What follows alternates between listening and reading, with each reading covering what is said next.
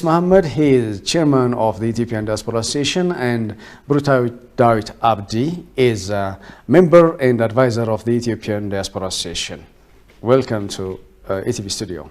Thank you very much. In this edition, we raise issues in connection to Ethiopian diaspora with their home country. And first, Brutai, please, what's the picture you have about the Ethiopian diaspora?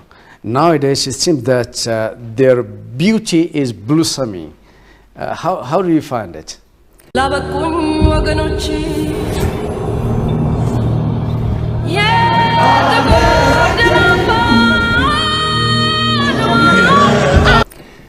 Well, diaspora has always been conscious of their home countries, of their hometowns, but their energetic and enthusiasm, support for their country came about because of the problems we're facing today. And it makes me feel very proud as a diaspora to see so many diasporas standing up for the right of their sovereign country and not allowing a puppet government to sit while we have a prime minister chosen by over 40 million people. Diaspora has helped financially during this period, and they still are helping financially. But besides that, they are playing an incredibly beautiful, strong, enthusiastic diplomatic role. They're fighting, and they are winning. And I'm so proud. Thank you. I am proud of my brothers and sisters who are diaspora. What we've seen in Washington, D.C., we've never seen anything like that. Over 40,000 people stood up to voice their dislike for fake news, their dislike for being pressured into doing things that normally an Ethiopian wouldn't dare do for his country. So in many ways, they are playing a role more than they have ever done because of the problems I explained earlier. But this is not something that's going to stop tomorrow. I know the problems we have today are going to be over shortly. I have no doubt about that. And then we'll discuss what happens then. What do you expect from the diaspora? How do we participate more fully to the economic development of our country? Right. This is very fantastic. And how do you find their intervention against, their determination against foreign intervention, and in particular with the hashtag No More movement? How did you find their response? Amazing. She kept it, Bruki kept it very well and said it very well. I can't add anything to it. Hash No More tags, it went all of from United States, America, to Canada, UK, and even Djibouti. Recently you've seen it. Now in Kenya and Sudan. So Hash No More has become not only the issue of Ethiopia, it has become the issue of Pan-Africanism. Right, yeah. It has become Pan-Africanism. I mean, our forefathers, they have tried their best to unite Africa. You know, His Imperial Haile Selassie has tried and founded of the OAU, of course, and others, even Colonel Mengistu Haile Mariam is a passionate of Africanism and Pan-Africanism, and so forth and on. Now, I think Pan-Africanism has come back because of Hash No More. And Ethiopian diaspora community at the moment, as Bruki said, we are proud of them. The nation is proud of them. Mom and dad are proud of them. Our leader, our champion, Prime Minister Abichu Abiy is proud of them. That's why he called them. He even put a target, 1 million. It looks impossible to achieve, but it may exceed the number. Diaspora. They've done a lot for this country. There's no question about that, especially now. And if you don't mind, I will tell you, to a certain extent, the amount of money the diaspora has really helped, okay? For the dam, 190 million. For COVID, 283 million. For rehabilitation and for the defense force, 600 million. For voluntary services, 103 million. This is not easy money because the diaspora has to work hours and hours. It's not like working in Ethiopia where you work only for maybe 4 hours a day to be really productive. There you have to work your 8 hours or your 8 hours. They work very hard to send this money, and we should be very grateful. You're right. Riz, may you add something about the bridge we mentioned? Burtayt mentioned that there are lots of the diaspora community here with their knowledge and all the resources that can contribute for the development of this country, but not managed well. Why that's happening? Well, she said it very well. How our country, let's stop blaming the government. So let's take the responsibility, all of us, including you, me, the government, and the institution. They have negative mentality toward the diaspora, whether he's a resident here or abroad. True. So that has to be really, really looked at it. So this is a fault of all of us. So we should stop finger pointing. But let me come back the current issue, as she mentioned it. The 1 million diaspora, or the diaspora community who has not come to Ethiopia, for the next 1 year, if they continue sending the money through a proper channel, through the bank, the remittance will be double figure, just like our economy that we've done in the past. Yes, we'll get back to it. Okay. I want your answer. Okay. Why it was not able to be managed? Why I'm insisting you? Or because identified. You are, yes, chairman of the Ethiopian Diaspora Association. You know the gaps, you know the problems, and you know what solutions can be We've put in been, place. okay, to be honest, this is the fault of the government. But we cannot blame the government at this time. I cannot, under any circumstances, like to criticize my government at this time. My government is wounded, outside, inside. So I would not like to criticize my wounded government. The time will come. The time will come where I can tight on my government and say I can challenge you. At the moment, I would like to stand with my government. Thank you. So let me go Let's back get back to there. that point. Let me go back to that. Okay. I'm not trying to cover up. Oh, all right, all right. But there will be time. We do, at the moment, the diaspora community, including me and Burtayt and the resident diaspora, it is time to show solidarity. The time will come where we can challenge our government fairly, squarely, why you haven't used that so far. What was the reason for you to afraid of us? Why you haven't given us opportunity? We've been shouting. I can give you an easy example. I have been shouting, and you know that. The whole media know that. Burtayt also, she's been encouraging me for a representation of the diaspora in the parliament. We don't have to. Just saying that. I have been shouting. A minister in Ghana, in Nigeria, in Sudan, in Egypt, in India, Sri Lanka. The diaspora is managed by the minister office. They do have a minister. We used to have just one director general. Thanks to the government, we have an agency. It's been tested, it's been tried. We are still trying it. It's okay, it's success. But the time now is to stand solidarity with our government. When we finish our problems, when we bury our enemy, this junta, then we can come back to our government and we can. But this warring situation, the war in the north part of Ethiopia, has ravaged almost part of the country. Schools are distracted, health centers, hospitals, all public and private institutions damaged. This tells you that lots of resources are needed now, lots of money are needed. So one of the major source for compensating this part of the damage would be from the diaspora.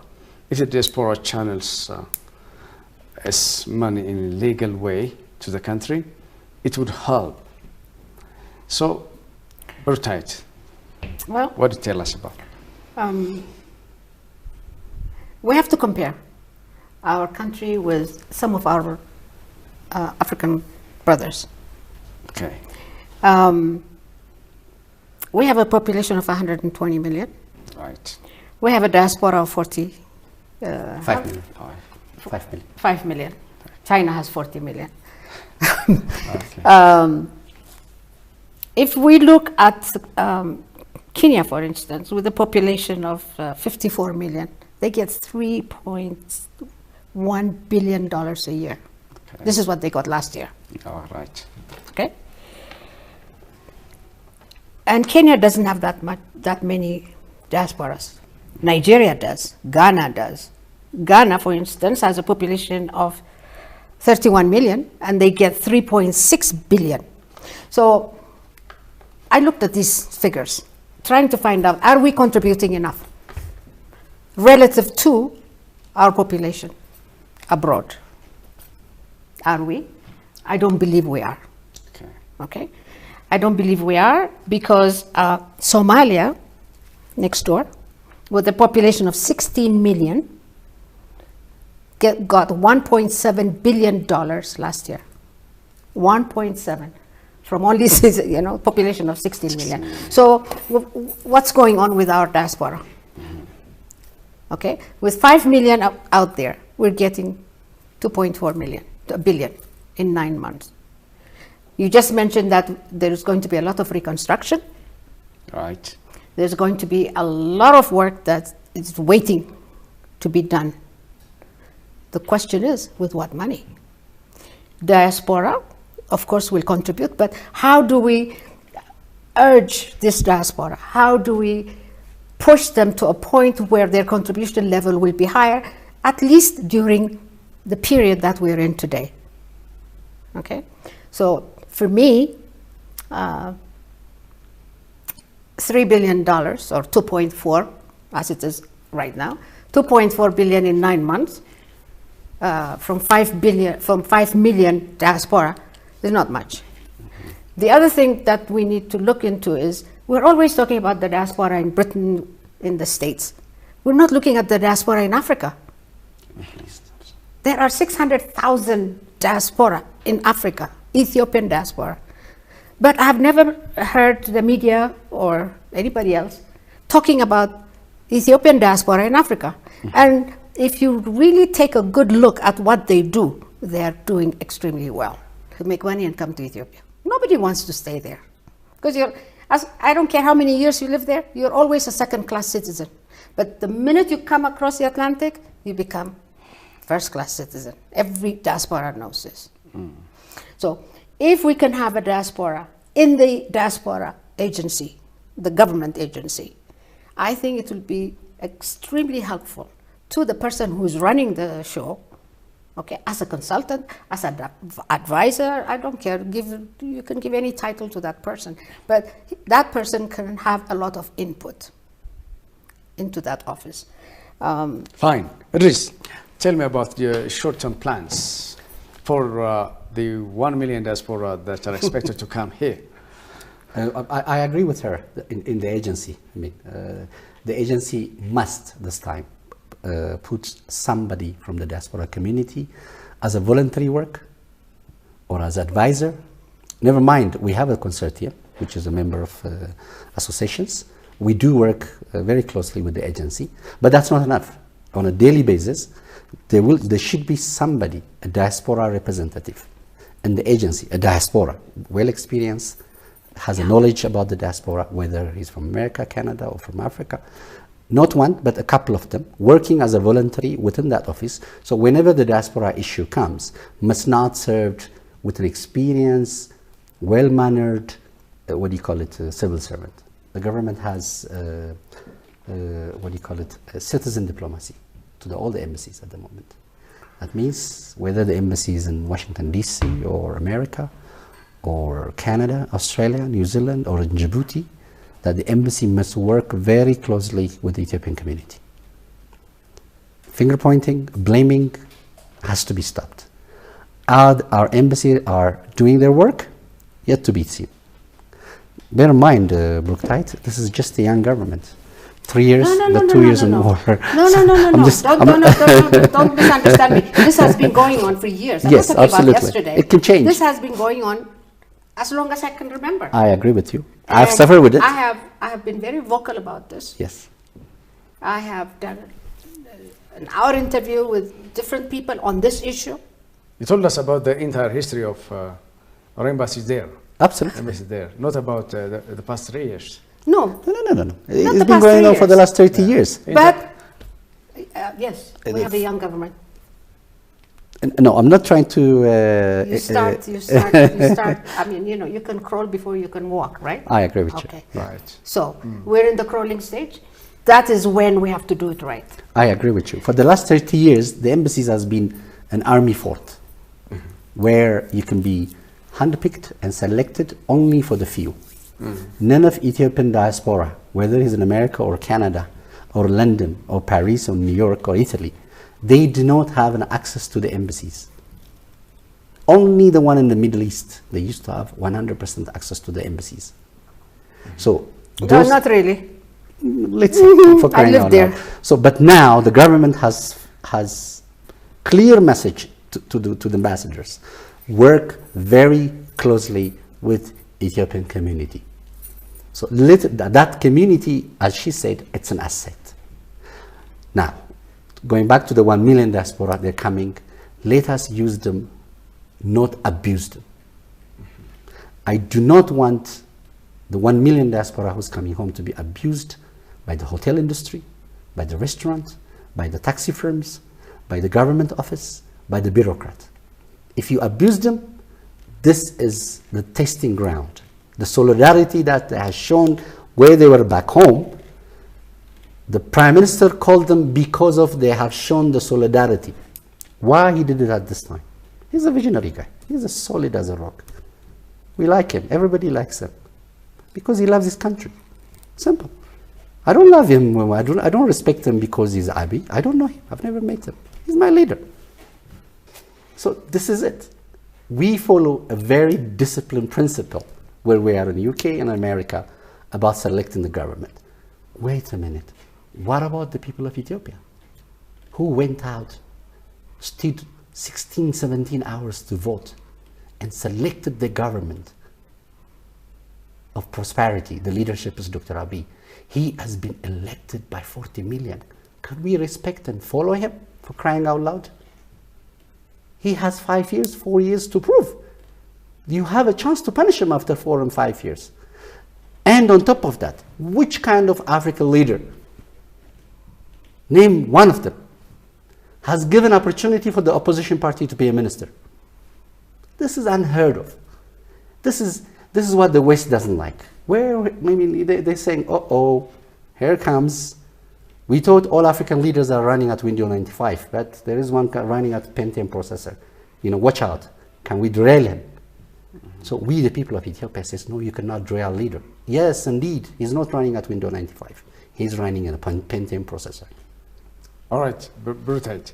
How can the Ethiopian government or Ethiopians can maintain their support that they have shown in the past days, in the coming days? How do you think that In the long run? in the long run, In the the long Ethiopian run. diaspora community can be exploited well? Yeah, Why? that's a good question. Yeah. Well, from some of my readings and knowledge, some of the work that's permitted for the diaspora are import and export, brokerage, sales, and later manufacturing was added. So most of the things that the diaspora is pushed into are businesses. Okay? So what kind of business would bring Ethiopia the foreign currency that we need? There are areas that have not been touched. You have 1 million Ethiopians coming. This is the time to tell them what sectors of the economy they should get involved in. Okay, tourism. Kenya makes so much money from tourism. Right. What does Kenya have that we don't have? I'll tell you. good hotels, clean hotels, many travel agencies, tour guides that know what they're talking about. We have those things here? No. We don't have decent hotels. We don't have a good place to eat when we go to see some of these beautiful, beautiful touristic areas. So tourism has not been touched. Tourism brings a lot of money. Take Seychelles. What do they have? White sand. That's it. Just the beach. That's all they have, the beach, nothing else. But people fly from all over the world to sit there and bathe in the sun, and they pay for it. We have beautiful weather. We have so many things that we can share with the rest of the world. I mean, countless. If you look at it from a religious point of view, from a historical point of view, we have many things. We have not developed it. This is where you should push the diaspora, build hotels. We'll give you this, we'll incentivize them, give them incentives. The other area where we can get a lot of dollars in is a textile and designing. Look at Nigeria. Look at South Africa. Do you know how much money Nigeria makes a year from their designs? It's unbelievable. Here, there isn't, and I did a 1-hour show on this too, there isn't one store you can go to and buy a dress made by an Ethiopian, couture, okay? The reason being, the sellers don't want anything that's made in Ethiopia. They rather have a label that says made in China or Turkey or Malaysia. Why is that? South Africa makes tons of money from textile and designing. We don't. We have everything here. And yet, these two sectors have not been touched at all. So when you have your 1 million diaspora and you have a meeting, you should tell them, get involved in the tourism sector, because tourism doesn't cost that much money. It's not like putting up a manufacturing plant, okay? And it doesn't need dollars. It doesn't need a lot It of does, dollars. Yeah. everything is local. The only amount you might spend in dollars would be to buy the automobiles, okay? Outside of that, nothing else. But they can generate a lot of dollars from outside.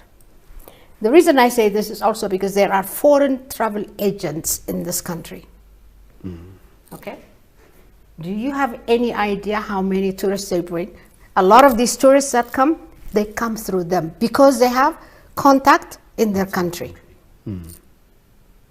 And these are the well-paying tourists, not the backpackers. You don't want too many backpackers because they don't spend anything. Actually, the Ministry of Tourism, when I interviewed the PR guy, he told me, well, we're trying to discourage backpackers. That's wrong. Yeah. Let them come. Let them come. Why not? Because they can relate their whatever they've seen to other people who might be interested to follow in their footpath. I don't know. There are other sectors.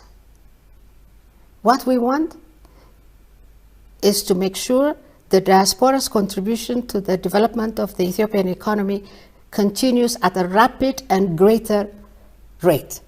That's my wish for my country. Okay? So after this mess we're in is over, are they going to come up with all this money that I mentioned earlier?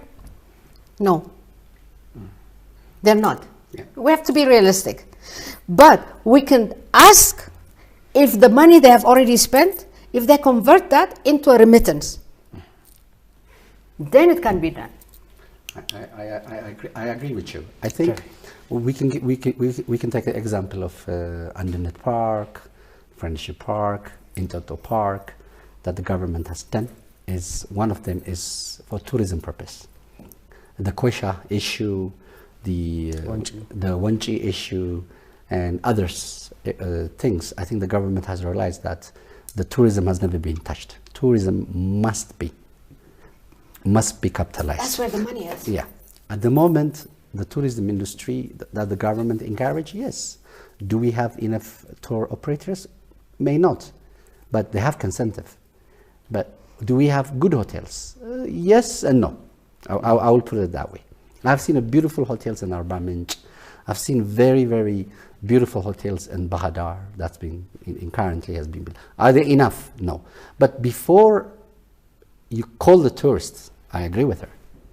The infrastructures, the availability, the hotel, and a beautiful park like Andanet Park, Friendship Parks, in Toto Parks. You need to tell them, look, before you call the guest, you have to prepare the food. You cannot call the guest and say, let's do barbecue. Only in America, when they call you for a barbecue, when you go there, you think you just sit there in the garden and you're going to eat the barbecue. No. Let's marinate. That's what they do. And we British, we don't like that. We want, if somebody called me for dinner, I'm going to eat there. I'm not going to marinate. I'm not going to wait for the fire to start, So this is the typical Americans. But at the moment, before we call, the tourists into Ethiopia, the government is in the right path. There is, I believe that the tourism ministers now has been restructured, I think. I'm pretty sure it has been restructured. So that is the purpose of the government has realized that. Manufacturing, let's continue. Industrial park, let's continue. Export of gold and silver. You know what? Let me add on the apart from that. What about natural resource? Are we using our natural resource from your information? I don't think so. Are we exporting enough gold?